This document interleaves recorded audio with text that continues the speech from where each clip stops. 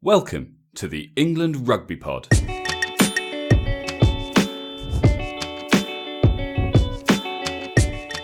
Thanks for downloading episode 43.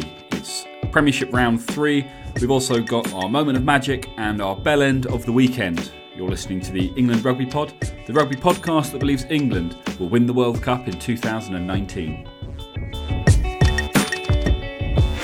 Hi guys, thanks for joining us again. I think it's is it round 3, I think. I'm joined by Dan. Hello, mate. Hey, Andy. How are you? Yeah, I'm good. Another great round of rugby. Another one that just didn't really kind of follow the trend of the week before, and which didn't follow the trend of the week before that. It's quite an interesting league at the moment. You know, there's a lot going on, and although I think we mentioned it when we spoke earlier, that although the sort of the names at the top are what you'd expect to see, there's no clear kind of margins, and you know, as you pointed out, you know, there isn't one team that's unbeaten 3 rounds in, which is obviously rare. Yeah, it's been a really interesting 3 weeks, but really fun. Like, this is why the Premiership's the best league in the world, and particularly from our focus, from the England boys' perspective, it just seems that every bloody week I'll say, right, this is it. These guys are looking good. This person's off form. And then it completely contradicts what I predict. So every time I predict something, the opposite happens the next week. So makes it tough. Get your bets in now. Well, exactly. So next week, I'm going to predict that I won't win the lottery and I won't get laid by a super hot blonde chick. So I think let's see how that works. I think you'll probably get that one right, mate. well, thanks, mate. I appreciate your confidence. You're welcome. Anyway, moving on. So let's start with a few of the lesser games. So Sale against Irish. It's probably one of the less interesting games, but it's the first one on my list. Obviously, Denny Solomona, one of the ones to watch in that game. A couple of tries for him. They were wingers' tries.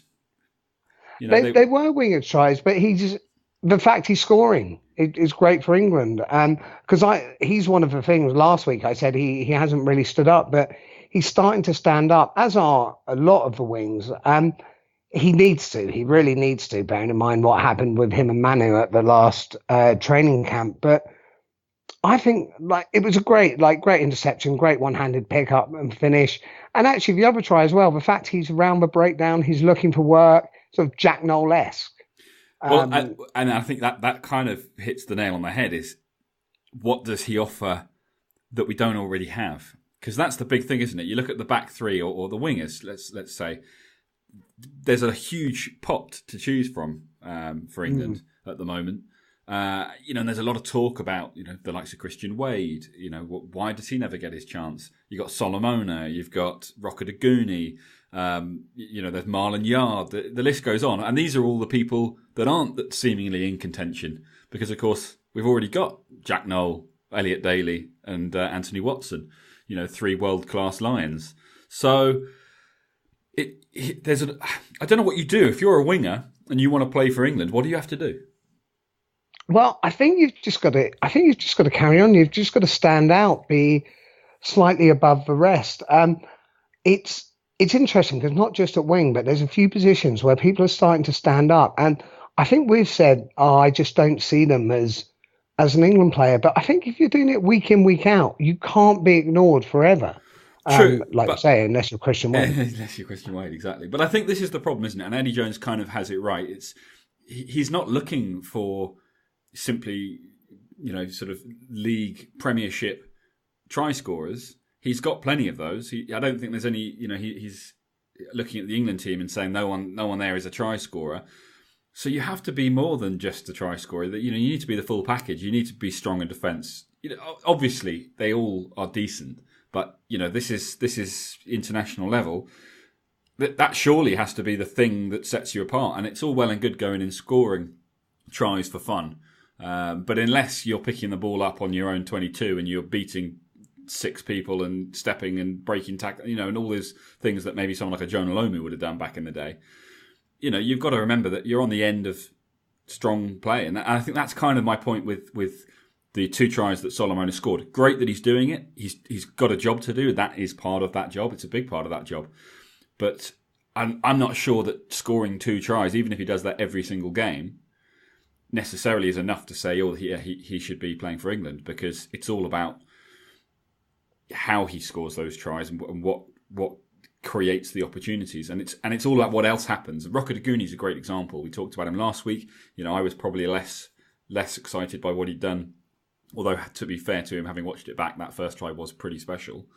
But when he's not scoring tries, you forget he's on the pitch, and that I think is the problem.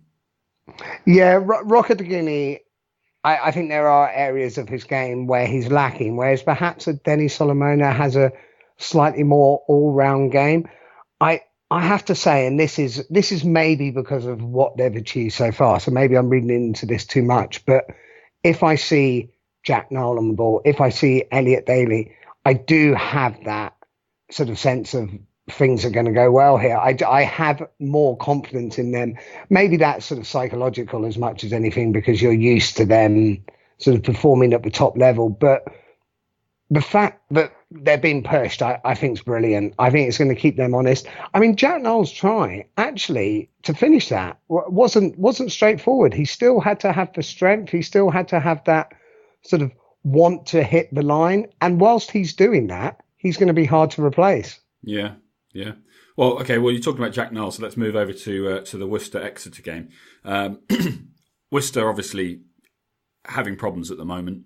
Probably not helped by the sort of the matchups that they've got. I think they've had Wasps, who came second last season. They've had Exeter, who obviously won last season. I think in a couple of weeks they've got Saracens, who were third or fourth. So they've got a pretty tough start to the season.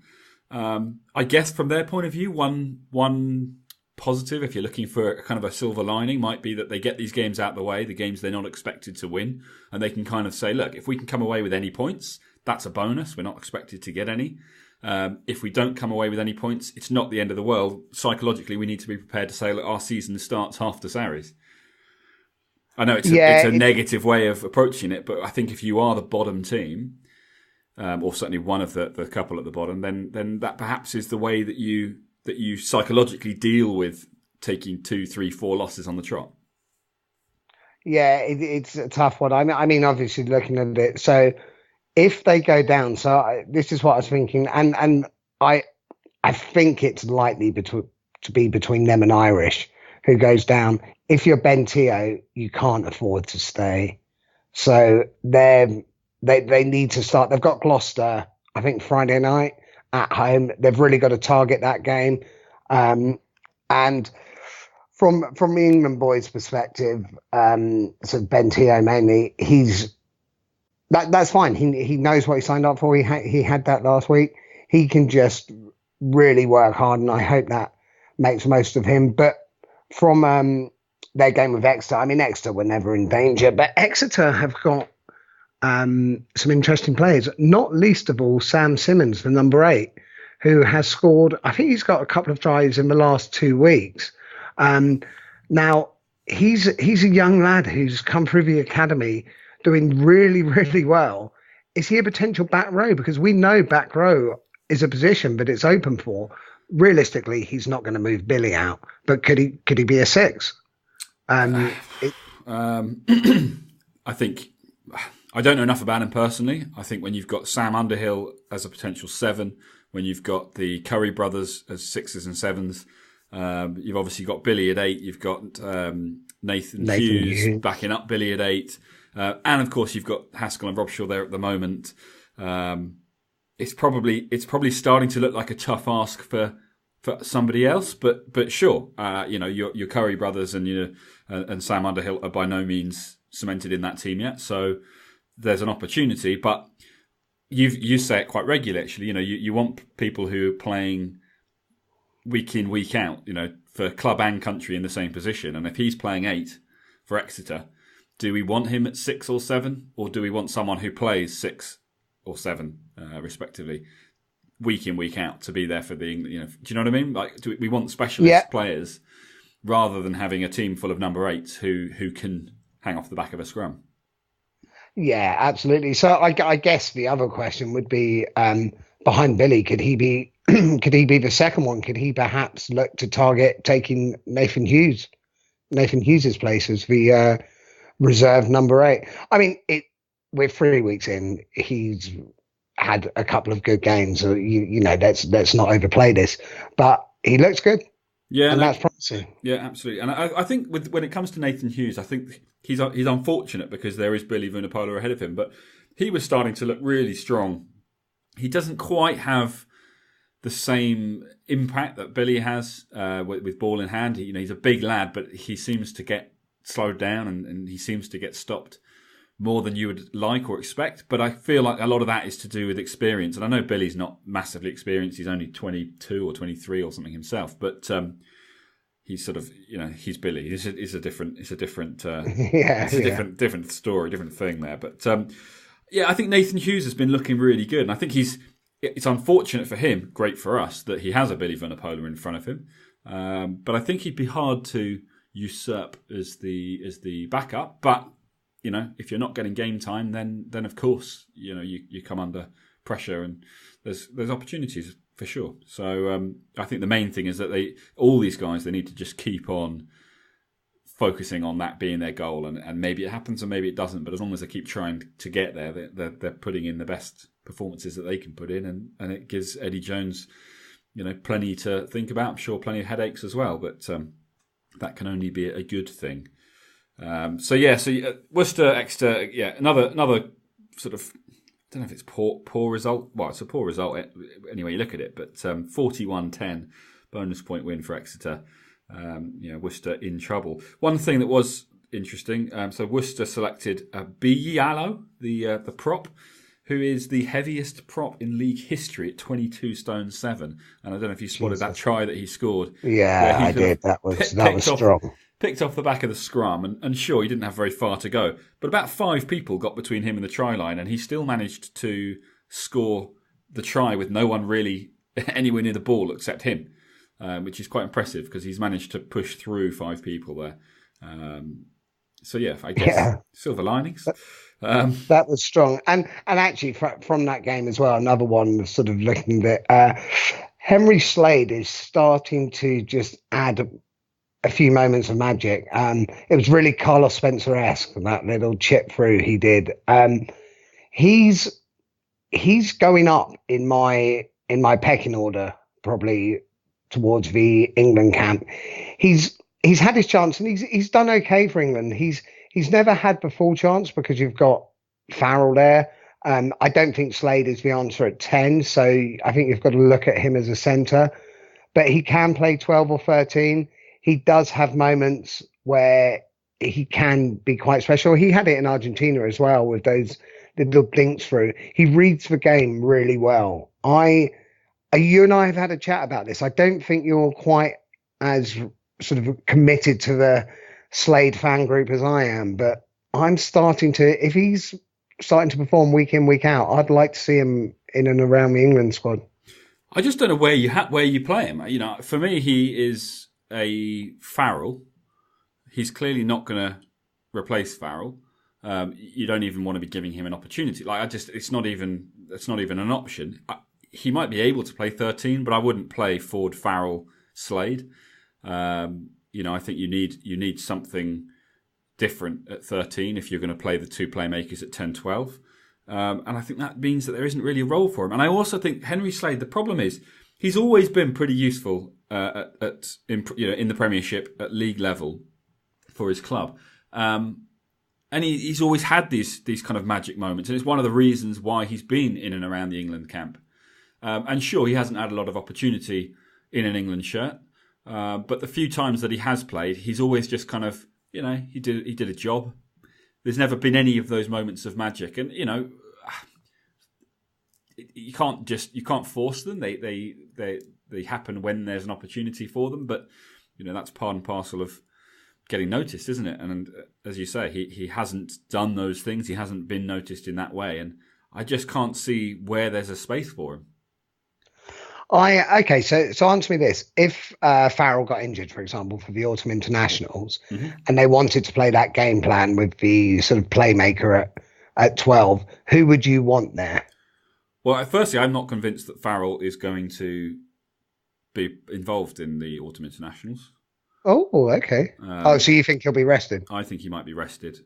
I think there are too many players that are still kind of there or thereabouts, and Farrell's one that definitely isn't. He's 100% in, so I don't see the value of. You come 2018, a year out from the World Cup, you've got to be starting to put together your World Cup squad. Sure. And so if there are still question marks over certain people, I think the autumn internationals is the last time you want to be messing around. So I think we'll see a few of the big names rested.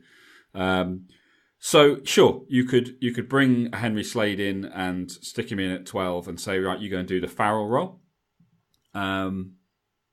Is there value in that? You're basically identifying whether he can step into Farrell's shoes in the event that Farrell's not available. I don't know. Part of me almost thinks the way Eddie Jones has done things to date, he's more likely to want to look at an alternative sort of game plan. But we may see that. We know that Lazowski is another one that can probably do that sort of play that sort of role. But then we've also got some big question marks in the centres in the form of JJ and Tio. So do you look at a combination of those two with JJ at 12? Tio at 12 as he was for the Lions, and JJ at 13, and kind of say, well, look, depending on what game we have, a Ford Farrell JJ might be the perfect lineup. A Ford Farrell Tio might be the perfect lineup, and we're not getting rid of Farrell, so a Farrell Tio JJ might be the perfect lineup, and you could give yourself the options that way. And so I wonder if the autumn internationals will see Tio and JJ given a decent amount of time together just to see what they can do. Is JJ nailed in yet? So no. So I mean, another option could be a Farrell Slade Tio. Well, it could be, but I think George Ford is he was so good in Argentina. He's starting to look good, and we'll come on to that game next. I think makes sense. But for Leicester, he's starting to come good. He had a great game at the weekend, 100% from the boot, controlled the game well with Ben Youngs, and it was and Leicester obviously got their first win of the season. So before we kind of go into that game, I think George Ford is doing enough to still be the 10. I think so. And I'm not sure that, for me at least, I'm not sure that Henry Slade is putting pressure on JJ or Tio. But as you say, we're 3 games in. Yeah, no, absolutely. But I like the fact, because I've got, and I'll wait till we come again. But there's some other centres as well that I think are starting to sort of maybe put their hands up a bit. It's quite exciting looking at that centre combination, because if we're saying Ford Farrell sticks, then that 13 spot really does become competitive, because JJ hasn't blown us away the start of the season. I don't think he's done anything wrong. He wasn't a fantastic Lion. Maybe his place is up for challenge. I mean, we know what he's capable of, and we know how good he is. But if other centres are starting to perform, it could get a little bit interesting at that place. Definitely. Well, look, so we'll come on to that then. But firstly, Leicester, as I mentioned, George Ford, Ben Youngs, controlling that game really well. Ben Youngs with a couple of tries. It seems like he's clearly taken note of the fact there's a few new names in the number 9 shirt department. So he's trying to make sure that Eddie Jones is well aware of what he's capable of. And I think it's never a bad nudge to score a couple of cheeky little darting tries early on, which he did to kind of set the pace of the game for them. Obviously, as I say, George Ford 100% with the boot is always useful as well. And if George Ford can sort his kicking out, it's more options. We don't want to even think about the thought of Owen Farrell not being involved for any reason. But if an injury does occur, you want a world-class kicker. If Ford is knocking everything over, that's never a bad thing. And also, it gives him it means that Eddie has options. If he wants to try something different, if something's not quite working, then he doesn't have to take Ford off, move Farrell to 10, and So I think it's a good, valuable thing for England that George Ford is kicking well. Yeah, no, I agree with that. Like having him kick well is important. I think starting to run that game's good. Ben Youngs, I completely agree. I thought he had a great game. I mean, it was really sort of sad circumstances, but the fact he's had that summer rest means that I mean, obviously mentally there's probably some tough times for him, but physically he's probably ready and raring to go, and he does look good. He looks like he's in form. I think we were talking about the likes of Dan Robson.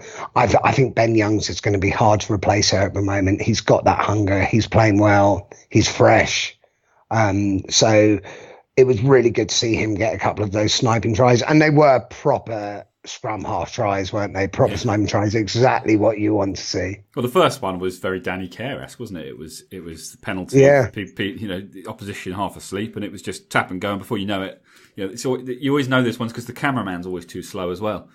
One minute the refs call the penalty, and the next minute there's all the cameramans flick round and someone's touching the ball down under the line. He did get smashed. He made that little dart, and just as he was going to touch the ball down, he did get smashed, but he managed to hold on to the ball and just roll it over the line for the try.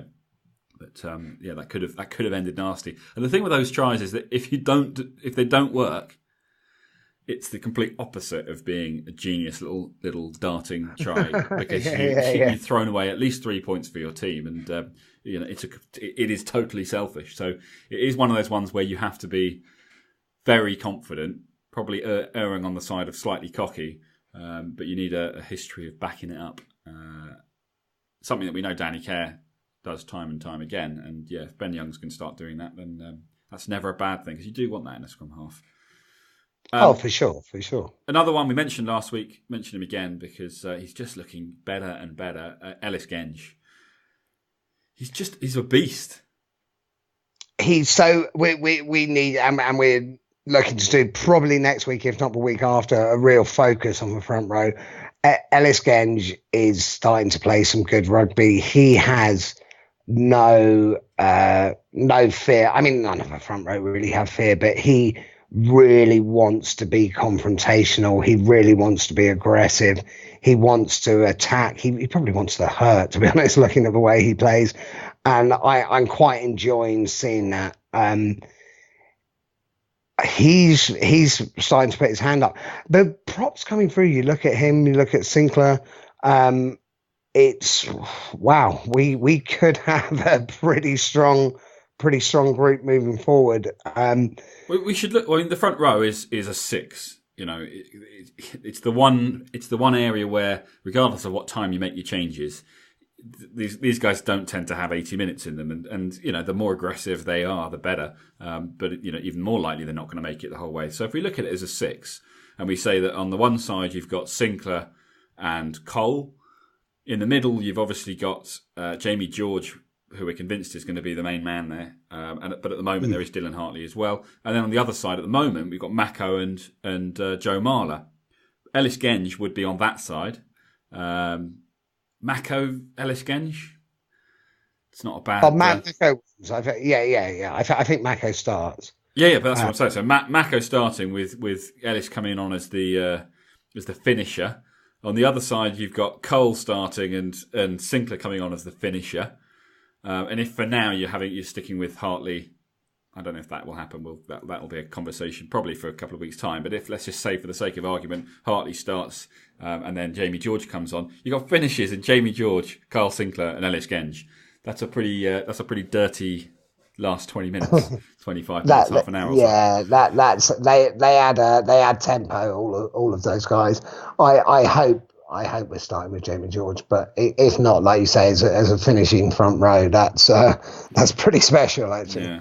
So yeah, he's definitely still one to watch. Looking really good, and I think his England hopes are definitely improving with every game he plays. So I'd be very surprised if he's not involved in the autumn internationals, but we'll see what Eddie Jones' thoughts are. Obviously, he was down in Argentina, so I guess if he's not involved in the autumn internationals, either Eddie Jones has made up his mind and he's in, or he knows something we don't. Possibly. So next game, let's go to the Newcastle Sarries game. It was obviously over in the States. Bit of a, I don't know what the word is for it. It wasn't a very exciting game. The scoreline, bit of an anticlimax, really, wasn't it? Scoreline probably what you'd expect. maybe you'd have expected a few more points from Newcastle and a few more from Saracens, but certainly the difference between the two seems to be about where you'd expect it to be. Sarries obviously had all their lines back. So Farrell, Jamie George, Mako, Billy was back. Itoje obviously has been playing for a while now. And Nick Isekwe joined him in the second row because, of course, George Cruz is still injured, although I think he's coming back quite soon. But yeah, quiet game. And maybe it doesn't help that you're flying to the other side of the world. Maybe there's a bit of jet lag. Maybe it doesn't help when you're in a big stadium, but you've got hardly anybody watching. Might just kind of make it a bit... these guys are used to playing to packed houses, especially Sarries. So maybe that has an impact. But yeah, bit disappointing. But probably no major surprises in terms of the scoreline there. So I don't think I've got nothing else that I think. From an England perspective, there wasn't sort of much that's really noteworthy. The only thing that was good to see is good to see Billy back. Yes, a few good carries. And yeah, just great to see him back on the pitch, really. But yeah, like you say, I mean the game itself, the humidity, the sort of grease on the ball. Something you brought up earlier was about the sweat thing from Flatman, which we have to bring up. What did he say? He sweated out 8 litres, did he say? He claims he sweated out. He holds the record for the most sweat, or the most fluid lost through sweat in a game, and claims it was just over 8 litres, which worked out to be around about 1.5 stone. So apparently in 80 minutes, and this is assuming that he made it 80 minutes, probably more likely 60. So we'll call it 60. 60 minutes, apparently he lost 1.5 stone in sweat. Now, either he has some serious health issues or he lied. I have a theory about this. So what I reckon at half-time came off and he did biggest dump. And everyone's like, oh, my God, that's disgusting. Who was that? And he's like, oh, I don't know. And then at the end, when it's lost 1.5 stone, he's like, yeah, it was all sweat. Just trying to cover himself. To sweat out 1.5 stone seems excessive. It seems wrong. So yeah, Flats, I'm going to need you to look into that, and perhaps he got the metrics wrong. Perhaps he didn't mean litres, but that seems an excessive amount. So if you could just clarify, that would be good. So yes, we've got a couple of games left. Firstly, let's look at Northampton. England captain Dylan Hartley, of course, is injured. It's not a serious injury, but he was out for the game. It's a little bit of a worry for him because I think there's a lot of questions being asked, and I think it's this Friday. Eddie Jones is going to announce his kind of training squad for a weekend away, which starts on Sunday, or not? It's not in the weekend, is it? I think it starts Sunday. It's like a 3-day training camp. Before the autumn internationals, so that will be a good sign of what he's thinking. And of course, Dylan Hartley being injured does mean that there's a chance he misses that.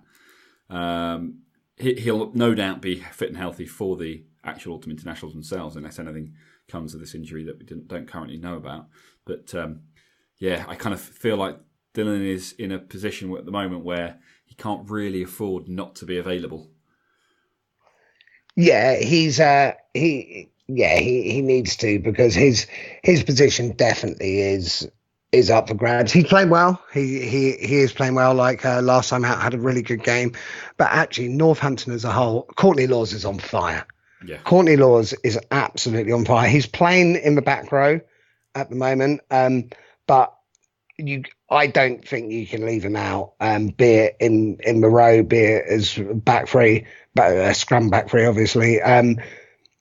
He was just, his aggression, his energy, I'm really rating him. So, are you talking about you can't leave him out of the England team?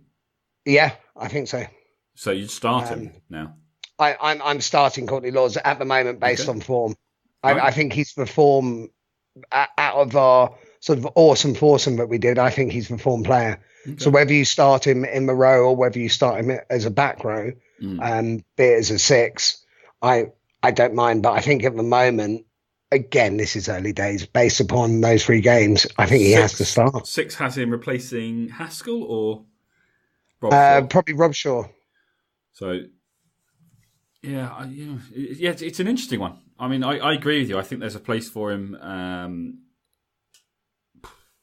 I don't know whether you start him in the back row. Maybe. I mean, I guess if that's where he's playing all his club rugby, it seems silly to say, got to have this guy, but stick him in a different position to the one where he's put in all these performances that have made people, made Eddie want to involve him. So I don't know. We'll see what happens there. He's one I think will be involved in the autumn internationals. He has to be. Yeah. He 100% has to be involved. I mean, I know he was on the lines, but he didn't have as hectic a schedule as some of them. And he did well on the lines, though. He did really well. I mean, he took a few knocks, which is possibly one of the reasons why he didn't get as much game time as perhaps he would have done. But that's kind of body on the line stuff. I kind of like that. don't want them getting injured, but want them to put themselves in a position where they might. Yeah, Lawsy. And so the other players from Northampton, and I mentioned this last week, and again, this is, don't necessarily know where, but Luther Burrell, if he keeps playing how he's playing, he's making a few breaks, he's putting his hand up. I think there are better options, but if somebody is week in, week out, constantly putting their hand up, they're on form, others aren't, I don't think we can completely rule him out. Eddie Jones has used him before. Yes. As a possible 13. He made a couple of nice breaks. He was strong running. Defensively, he's very strong. And the other one was Timana Harrison in the back row. I don't like to admit it, but yeah. I wasn't a huge fan of him last season, and well, maybe it wasn't even last season. Maybe it was the season before, but for England. He hasn't necessarily stood up in an England top yet, but he just seems hungry this season, and he seems to want it. And if they're doing it, I like the fact that we've got these guys coming through who are really starting to. I'm really like Jesus. It's because we have got that team in our head that we're like, that's a good team. But then when you've got the other guys coming through, I mean, Timana Harrison, there was one he actually got penalised for it. Because I think he held onto the ball just that fraction too long when it'd gone down. But the fact that he just wouldn't stop. He's got that hunger. He's got that want. And that's good to see. That's good to see. And that's starting to look like, if he's doing that week in, week out. He was off with a bit of a knock. I don't know if that's serious or not. But if he's doing that, he's got to be looked at. Yeah. I mean, I guess there's the question of, has he had his shot, Eddie? I mean, I get Eddie Jones has always kind of said that's not the way it works, and he's backed that up with obviously what he did with Tom Wood. So, no one's shot is over just because they get it wrong when they've had it in the past. But there are a lot of people putting their hand up in the back row department. So it'll be interesting to see which way Eddie goes. And as I say, this Friday is when he's announcing his training camp. So that should give us some clues as to exactly how what his thought process is. Talking of the back row, another one we mentioned already, but Sam Underhill, obviously with Bath. Another one who took a knock, didn't last the full game, but was there for most of it. Don't think it's too serious. But he is a workhorse. He's a big hitter. He loves the contact. I mean, he made 23 tackles. Yeah.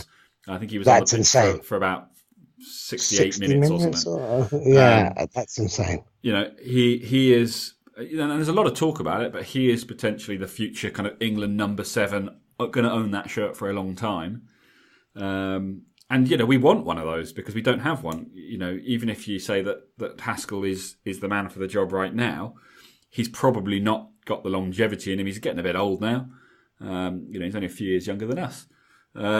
So we want we want a youngster coming in who's going to own that shirt and own it for a decent amount of time. And he's looking like a really good shout for it. And I know that there's obviously the Curry brothers who are a 6 and a 7, but I think maybe Sam Underhill is the man for the number 7 shirt, and he's certainly looking strong with it. So I'd expect to see him in the autumn as well.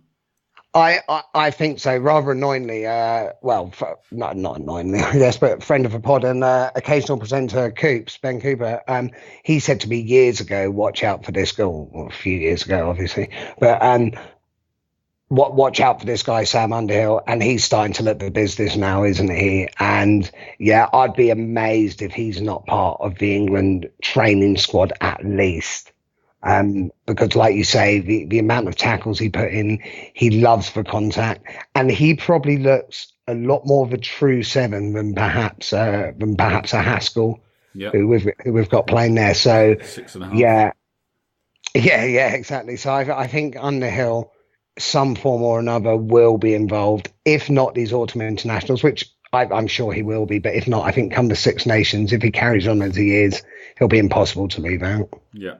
So our final game, Wasps against Quins. This was probably the best game of the Oh, it weekend. was a great game, wasn't it? It was really good to watch. 21-24 to Quins away. Big, it was firstly a good result for them against Wasps. But yeah, a great game and some really interesting stuff in there. I mean, Danny Cipriani opened up the game with a just that perfect sort of. It's a very George Ford-esque kind of delayed pass. That sort of the pass comes across and it almost like goes into slow-mo for a couple of seconds and then it's popped and it just you can kind of see it just being created, these opportunities, and it worked perfectly. And it ultimately sent I think not Marlon Yard. It ultimately sent Christian Wade in for the opener. Yeah. Obviously, it didn't help that he later got yellowed, although, to be fair, it was one of those... It was a professional foul, wasn't it? Intentional knock-on, although I think he was trying to hold on to the ball. Yeah, I think by the letter of the law, it's probably right. But yeah, I said last week, and actually I slipped by this, Danny Cipriani is my number 2-10 at the moment.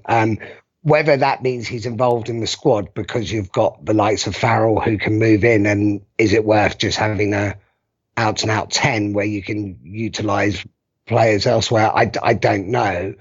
But he's having a good season. He's had a good start to the season. He'll play well. I'm not sure Eddie Jones's thoughts on Cipriani. I've said before that Eddie Jones didn't see him, and I remember an interview where, and I mentioned this before, where Eddie Jones just hadn't really, he certainly didn't go into detail about him, which suggested to me that he wasn't sort of one of his top thoughts. But at the moment, Danny Cipriani is playing good rugby and is playing quite exciting rugby. So I'll be interested to see what goes on there, because he's a different player to George Ford. But like you say, he can play that game. He can open up those defences. And do you know what? I'd love to see him and Farrell play a game together. I think they'd complement each other really well. Yeah, I quite like the fact that, so Danny Cipriani of a few years ago, toys out the pram whenever he didn't get selected. We heard stories about falling out with the England coaching staff, and now he just seems to have gone, do you know what? I'm just going to put my head down and do my job, and if it's meant to be, it'll happen. And I feel like he's doing that. I feel like he's just getting on with his job, and he's doing it really well. So it'll be interesting to see if Eddie has seen this, and as you say, maybe there's more to it. We know that Cipriani left the UK a few years back, not particularly popular. I don't think he became any more popular over in Australia, which of course is where Eddie is from. So maybe it is one of those situations where Eddie Jones just doesn't like him. But I think he's certainly from an outsider's perspective, he appears to be doing everything right. And doing everything that he needs to do to say, look, I'm here if you need me. Yeah, he definitely had that arrogance about him to start with, and then I think a few things such as when Josh Lucy floored him in training probably knocked a bit of sense to him. Him getting dropped a few times. I think it was just before 2015 World Cup where he sort of shouted at Mike Catt as the England coach. Eddie Jones just won't put up with that shit. And I think Cipriani knows that. I think he's matured. And there's never a doubt that he's a quality player and a really class player.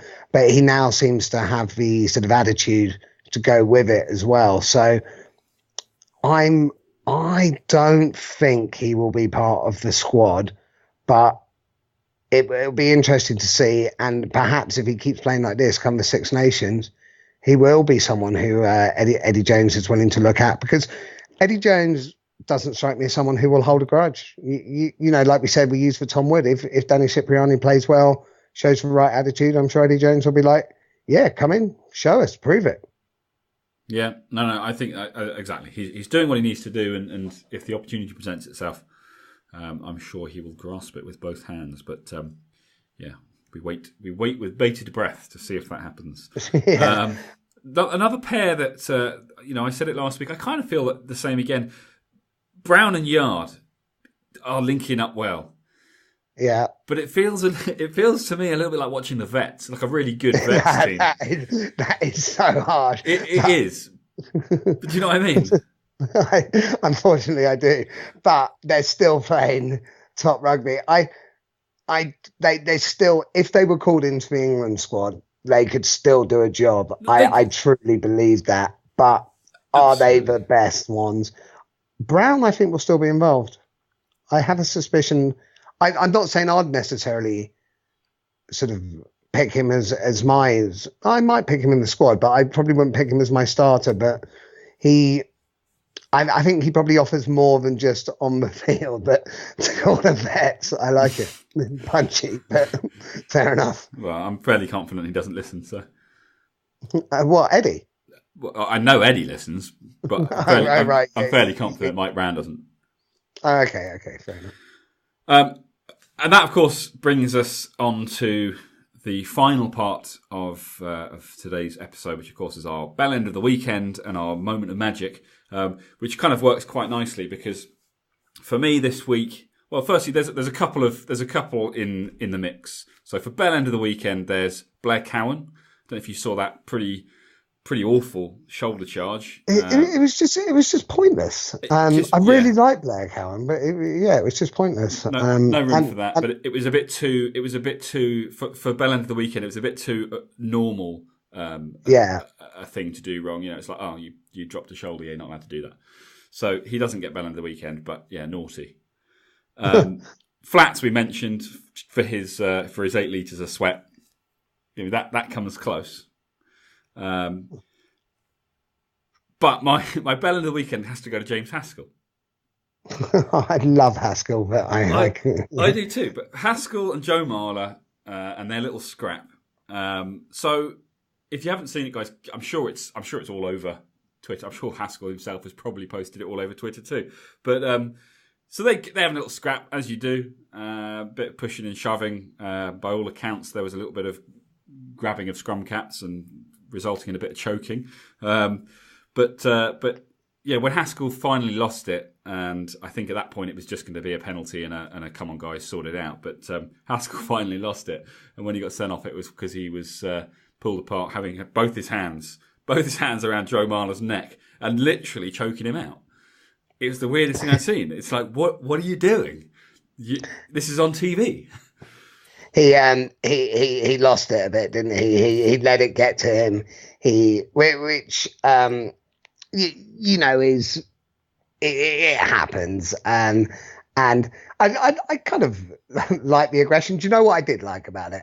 I like the fact that when he was sent off, he was clearly pissed off, but at least he went. I think he said something like, "Oh, unbelievable," but he went. He wasn't ridiculous about it, but yeah, he was. It was a bit toys out the pram. Haas, come on, you're better than that, man. What made it better, and what's actually going to get my moment of magic? Because although Henry Slade he was in contention with that cheeky little Carlos Spencer-esque little dink over the top. But actually, my moment of magic goes to Joe Marler, part of the same incident. So they've had their little scrap. They've kind of been pulled apart, and it's going to be a penalty or whatever, and a telling off.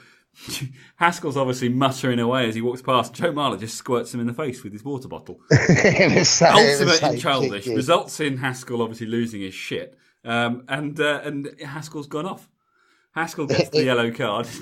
Brilliant. Genius. Magic moment. Did they get a kick from that? Did they get points from that? I'm trying to remember, because if so, no, I don't think they did. Middle of the park, I think.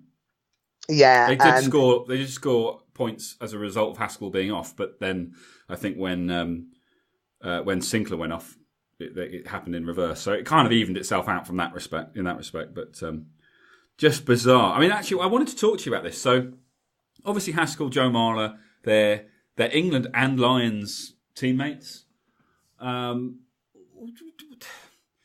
It's a weird situation. I mean, it's not the first time, and I'm sure it won't be the last time that that teammates get in a scrap. International teammates get in a scrap. But the Eddie Jones team, it seems so close knit as a group. I mean, it seems to be one of the reasons why they work so well. How do you think? Do you think they literally come to the end of the game and they're literally like, "Oh, what was that about? Oh, yeah, crazy, mate. Yeah, good one," and kind of drop it and move on? Or do you think they hold a grudge? Do you think maybe they don't like each other, and that is one of the reasons why this happens? Because if you looked at when the incident was occurring, all the other guys, particularly the England players, your Danny Cares, your Chris Robshaws, and so on, they weren't really interested in getting involved. Normally this sort of thing happens and the two teams pile in on each other and it gets broken up that way. On this occasion, it was almost like they all went, no, lads, just leave them to it. Let them sort it out. And I don't know. Yeah, I think it was probably as much as the incident was a bit of a nothing. There weren't exactly punches being thrown, just a bit of grappling. I'm sure it's brushed under the carpet. I have no idea whether they dislike each other. I could imagine, and I'm massively speculating here, I can imagine Hask is not necessarily Marla's cup of tea, but who knows? And I have no doubt come England training camp, it would have made no difference. I have no doubt come the bar after the match, they probably had a bit of a laugh about it. I don't think that's a major issue at all. In actual fact, you need them playing right on the edge anyway. Yeah, no, that's true. Well, look, guys, we're at nearly 50 minutes. So actually, I was going to move on and talk about something that Big Billy V said, but I think that'll be a good one to talk about in our next episode because it's something that's not going anywhere. Yeah. So unless there's anything else that you want to mention at this stage. No, mate. I need to crack on. So that seems a good point. But yeah, it's good at the moment. It's good rugby at the moment, and it's exciting times for England. So yeah, let's call it. Cool. I mean, obviously, as I mentioned, Eddie Jones is announcing his training squad on Friday. So if there's anything particularly interesting that comes from that, any unexpected surprises, we might throw out a little cheeky weekend episode. But otherwise, we'll be back again on Tuesday to cover round 4, I think it will be. And hopefully we'll have an opportunity to talk about what it was that Billy V said, which is very interesting, but I think is one of those discussions that's going to go on a bit. So, guys, thanks for listening. Please keep listening. Tune in again next week, of course. If you haven't caught up on the episodes that we've already got out there, you know where they are. They're on iTunes. Head over, subscribe. That way they're always in your inbox whenever you're ready to have a listen. Spread the word, share with your friends and family and what have you. Get in touch with us, please. Let us know what you think. Let us know what you think of the show. Let us know if there's anything you want us to talk about. And obviously, if you've got any questions and stuff, you can ask us there. So that's at England Rugby Pod on social media. You can go to the website, www.englandrugbypod.com, or you can email us, englandrugbypod@gmail.com. That's it from me, guys. Thanks for listening. Thanks, guys.